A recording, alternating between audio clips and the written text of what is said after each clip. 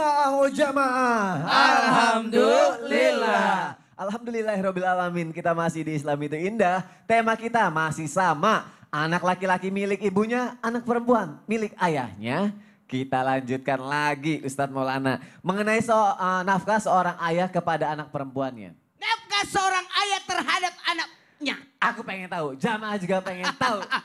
Sampai kapan? Sampai kapan? Seorang ayah tetap menafkahi anak perempuannya. Katanya lebih lama daripada menafkahi anak laki-lakinya. Ya iyalah. Aku mohon penjelasannya Ustaz. Saya mau jelasin ini. Bahwa sebenarnya kalau Islam itu sangat luar biasa. Menanamkan mendidik yang luar biasa. Menanamkan kemandirian yang luar biasa. Anak yatim itu batasnya hanya 17 tahun. Jadi kalau ada orang meninggal ayahnya usianya 20 tahun itu bukan anak yatim. Yang anak yatim itu 17 tahun ke bawah. Jadi dari sinilah kita bisa lihat gambaran bahwa Islam itu sangat mendidik banget. Maka anak perempuan kalau bagaimana batasan nafkahnya? Kalau laki-laki perempuan dan laki-laki itu beda. Ayah menafkahi anak perempuannya hingga anak perempuannya ada yang datang menanggungnya. Siapa yang datang menanggungnya? Suaminya. Suami. Berarti anak perempuan ditanggung oleh ayahnya sampai anak perempuannya itu menikah. Karena sudah beralih, saya nikahkan kamu dengan anak perempuanku ya bernama ini. Dengan mahar sekian, tunai karena Allah. Saya terima. Oh berarti dia terima. Jadi semua tanggung jawabnya beralih kepada sang suami. Sementara anak laki-laki ini berbeda pendapat. Berbeda pendapat para ulama tentang nafkah sosok seorang ayah kepada anak laki-lakinya. Ada yang mengatakan sampai dia balik. Berarti anak laki-laki itu betul-betul harus dididik bagaimana dia bisa mandiri sebelum dia balik. Berarti cepat banget ya. Iya, takutnya SMA. Ternyata ada pendapat yang berikutnya tidak. Sampai dia memiliki pekerjaan. Sampai dia mapan. Nah, jadi sampai dia atau sampai dia memiliki kemampuan, memiliki fisik yang alhamdulillah. Karena ada juga nih, mohon maaf tanpa menggurui. Ada orang sudah menikah masih ditanggung orang tuanya. Karena kenapa? Belum dapat pekerjaan. Karena ternyata dinikahkan supaya dia sakinah tenang. Karena ada anak laki-laki tidak tenang kalau belum menikah. Nah, nanti dia mudah-mudahan setelah menikah timbul kedewasaannya. Tapi ada baiknya tetap orang tua dalam hal ini memantau.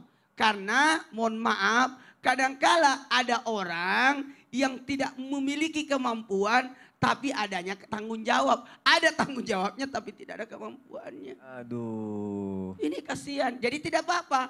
Makanya mohon maaf ada baiknya kalau sudah menikah jangan tinggal sama orang tua. Ini bagian daripada mendidik. Dari unsur mendidik supaya apa? Anak itu tidak ketergantungan kepada orang tuanya. Siapa itu? Anak laki-laki. Anak laki-laki. Anak perempuan mah ikut-ikut saja di mana suaminya berada. Ya. Dia hanya sekedar nangis. Nangis. Gitu ya? Padahal anak laki-laki dalam hal ini suami harus tahu bahwa wanita ini mau mandiri.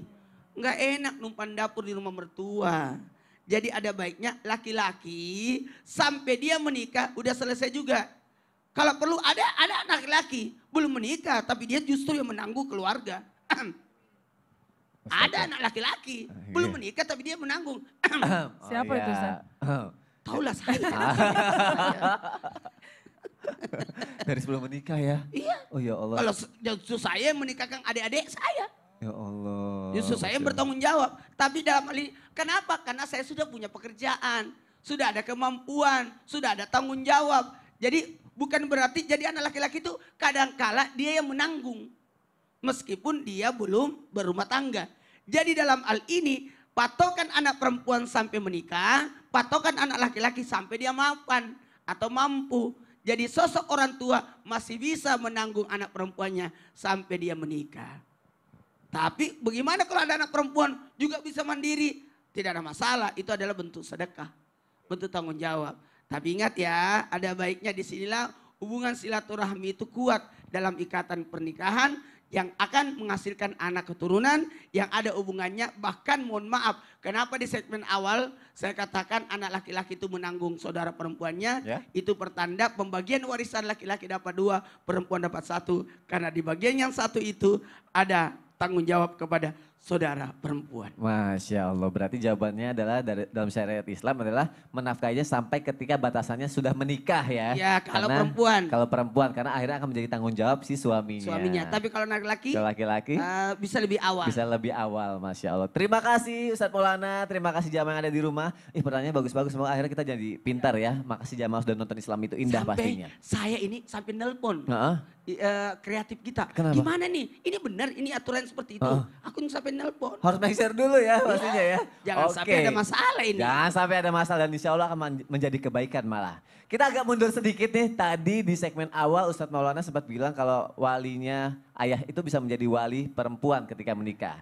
Nah aku mau nanya sama Ustadz Syam, Iya.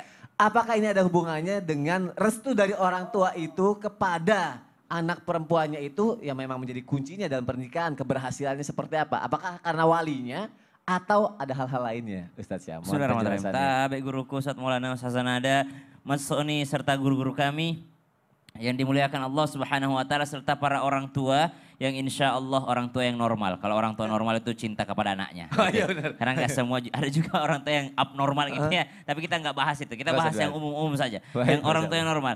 Kalau orang tuanya normal, cinta kepada anaknya, tidak mungkin mau memberikan sesuatu yang buruk kepada anaknya. Jadi buat teman-teman kalau dijodohin sama orang tua, yang pertama langsung baik sangka. Baik sangka kepada orang tua bahwa orang tua saya tidak mungkin mencarikan yang buruk untukku. Dari aku di kandungan dia sudah sayang-sayang aku. Aku lahir diberikan yang terbaik. Aku disusukan, aku diberikan yang sekolah yang paling bagus. Ya, selama orang tua aku mampu diberikan yang terbaik. Masa untuk masalah pasangan orang tua tidak memberikanku yang terbaik? Pasti dicarikan yang terbaik. Banyak kan anak-anak tuh langsung nolak aja gitu kalau orang tuanya nyariin. Gak mau dijodohin, gak mau dijodohin. Belum lihat juga udah gak mau gitu. Siapa tahu yang terbaik, pasti yang terbaik yang diberikan orang tua. Maka subhanallah kalau ditanyakan apakah restu ayah menjadi penentu keberhasilan rumah tangga anak perempuan. Suatu ketika baginda Nabi SAW bersabda, dalam sebuah riwayat diceritakan, Nabi SAW bersabda, jikalau datang kepadamu seorang laki-laki yang engkau ridho kepadanya, bagus agamanya, bagus akhlaknya, engkau telah meridhoinya, maka nikahkan ia kepada anak perempuanmu. Jangan kau tolak dia, karena kalau kau tolak dia terjadi fasadun kabir, terjadi kerusakan yang sangat besar. Subhanallah. Maka kalau ditanyakan apakah restunya orang tua menjadi penentu keberhasilan? Tentu saja. Bahkan dalam lamaran saja itu orang tua disuruh terima yang soleh. Karena kalau tidak dia terima yang soleh bisa terjadi kerusakan yang besar. Nah ini ada dua teguran di sini. Teguran untuk anak, teguran juga untuk orang tua. Karena mungkin orang tua kan kalau kita pertama kali yang ditanyakan amalan kita apa Son? Kalau kita meninggal dunia? Sholatnya. Salah Ya, aku. yang dipertanyakan itu adalah sholatnya. Sholatnya. Subhanallah. Kalau sholatnya bagus maka dianggap bagus semua amalnya. Tapi kalau sholat 5 waktunya aja udah buruk maka dianggap buruk semuanya. Harusnya orang tua tanpa bermaksud menggugat mengajari yang pertama ditanyakan kepada calonnya anak itu sholatnya. Kalau sholatnya bagus, insya Allah bagus semuanya. Ini yang pertama diintip dari jendela pakai mobil apa gitu Ya, Yang diintip ya. pertama mobilnya, bukan sholatnya. Yang ditanyakan pertama pekerjaannya, bukan sholatnya. Yang ditanyakan pertama adalah posisinya, bukan sholatnya. Yang ditanyakan lulusan apa, S2, S3, subhanallah. Harus yang ditanyakan yang pertama kali adalah sholatnya. Kemudian anak-anak yang dimuliakan Allah Subhanahu Wa Taala tanpa bermaksud menggurui ataupun mengajari, jangan pernah menyakiti perasaan orang tua. Ya kali kita nikah tuh menyakiti hati perasaan orang tua. Memang ada madhab yang mengatakan menikah itu tanpa restu itu boleh gitu. Atau bahkan ada yang tidak pakai wali gitu ya madhab ya zahiri. Tapi bisa-bisanya kita mengkhianati orang tua yang telah melahirkan membesarkan kita hanya karena orang yang baru kita kenal. Belum tentu dia bisa membahagiakan merawat kita seperti orang tua merawat kita. Belum tentu dia bisa mencintai kita seperti orang tua mencintai kita. Maka jangan menyakiti hati orang tua. Ingat kata kuncinya, ridho Rabb fi ridhol walidain wa sukhtur Rabb fi sukhtil walidain. Ridhonya Allah itu adalah terletak pada ridhonya orang tua. Dan murkanya Allah itu terletak pada murkanya orang tua. Kalau dikatakan apakah wali nikah atau orang tua menjadi penentu keberhasilan rumah tangga, maka jikalau itu mampu untuk menggerakkan ridhonya Allah, maka jangan berharap ridhonya Allah kalau kita tidak mengharapkan ridhonya murkanya orang tua. Dan berhati-hatilah atas murkanya Allah di saat kita membuat orang tua kita murka kepada kita. Wallahu ta'ala alam. Masya Allah, terima kasih Ustaz Syam. Ridho Allah tergantung dari ridho Betul. orang tua, murkanya Allah tergantung dari murkanya Betul. orang tua. Masya Allah. Dan juga kita sebagai orang tua juga harus belajar menjadi lebih bijak lagi terhadap anak, insya Allah. Ih ya Allah, Jihan kayaknya makin meleleh nonton ini Ustaz Syam ya. Tapi makanya tadi kita bilang orang tua yang normal ya. Orang tua yang normal, Karena benar pasti, sekali. pasti ada lagi jamaah yang bertanya, tapi orang tua aku begini, tapi itu berarti Berarti di luar. Oh, itu di luar pembahasan kita. Siap. Baik, jam yang ada di rumah kita lanjutkan lagi. Kita belajar pagi hari ini bukannya akhirnya harus membedakan, oh anak laki-laki sama ibunya. Anak laki-laki sama ibunya aja, anak perempuan sama ayahnya aja, enggak gitu kan. Tetap harus saling menyayangi semua ya Ustazah Nada ya. Iya. Tapi kalau misalnya masih ternyata ada batasan-batasan Ustazah. Bagaimana nih, kira-kira ada gak sih amalan agar orang tua ke anak dekat, anak ke orang tua dekat, saling menyayangi, ada Iya, nggak iya. Ustazah Nada? Baik, Mas Soni makasih. Ustaz Syam, Ustaz Maulana izin. Bismillahirrahmanirrahim. Alhamdulillah. Alhamdulillah wassalatu wassalamu ala rasulillah. Gimana caranya supaya orang tua dekat ke anak pun dekat sama orang tua. Ya, karena yang namanya ayah, ibu, anak, berapapun anaknya, yang 2, yang 3, yang 4, yang 5, yang 6, ya. Semua itu adalah keluarga. Jadi jadikanlah itu kita saling satu, saling membutuhkan. Subhanallah kalau kita merasakan satu ikatan, satu keluarga saling membutuhkan, insya Allah ini ada kedekatan yang tidak bisa digantikan dengan apapun ya. Jadi gimana caranya supaya deket? Saya mau simpelnya 4S. Ada 4S. Apa 4S? S.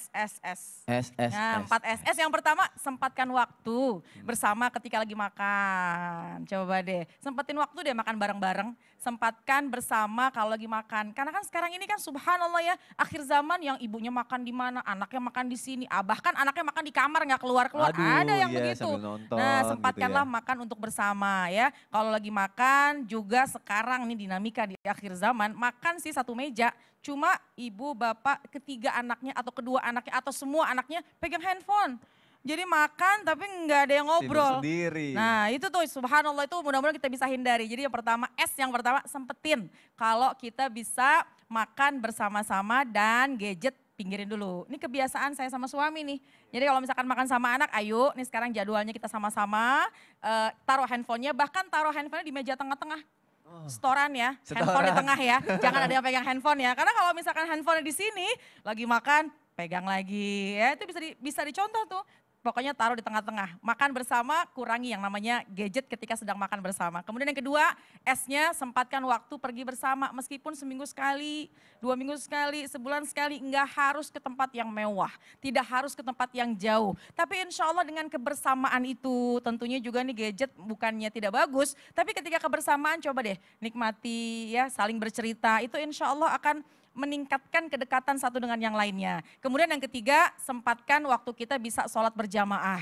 Jadi subhanallah di rumah kondisi pandemi mungkin masih ada meskipun mudah-mudahan segera kita minta kepada Allah segera berakhir. Amin, ya Allah, Tapi amin. kebersamaan di rumah ini bisa kita manfaatkan. Orang tua ada di rumah, anak juga sekolahnya masih di rumah. Yuk zuhur berjamaah. Kemudian paling tidak maghrib pasti sudah di rumah semua kan. Yuk kemudian kita maghrib secara berjamaah. Kemudian dari maghrib ke isya kita isi dengan sharing, kita isi dengan tanya jawab, apa yang sedang kau alami hari ini, ada masalah apa hari ini, sehingga orang tua juga bisa mengetahui kegiatan satu dengan yang lainnya ya. Jadi yang ketiga, sempatkanlah kita untuk bisa sholat berjamaah. Kemudian yang keempat, yang keempat, Apa tuh? sempetin tuh kerjain yang satu, yang kedua, yang Iya. ketiga.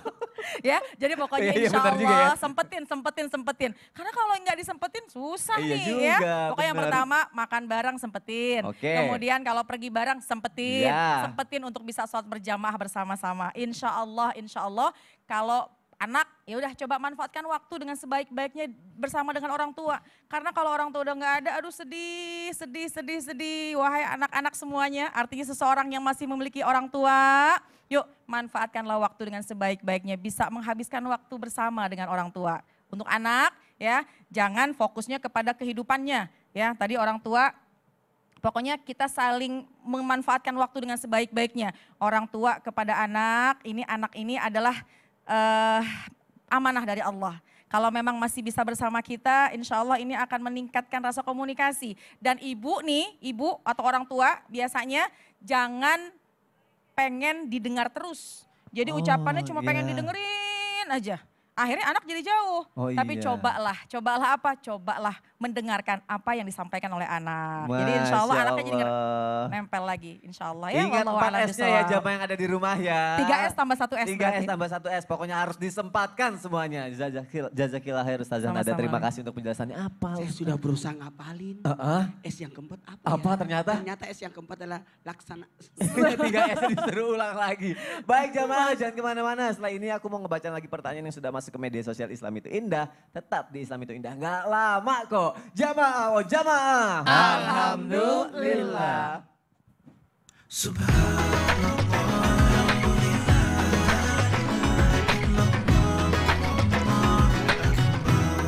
Memeriahkan HUT Transmedia. Ayo ikuti lomba video kreatif berhadiah total 100 juta. Terbuka untuk umum, individu maupun kelompok. Kreasikan video berdurasi maksimal 1 menit dengan tema HUT ke-20 Transmedia. Sertakan logo Transmedia dan salah satu atau lebih logo perusahaan di bawah Transmedia. Di dalam konten video, upload video ke medsosmu, lalu share link ke insertlive.com mulai 1 November sampai 3 Desember 2021. Info lebih lanjut, klik insertlive.com/lomba video Transmedia.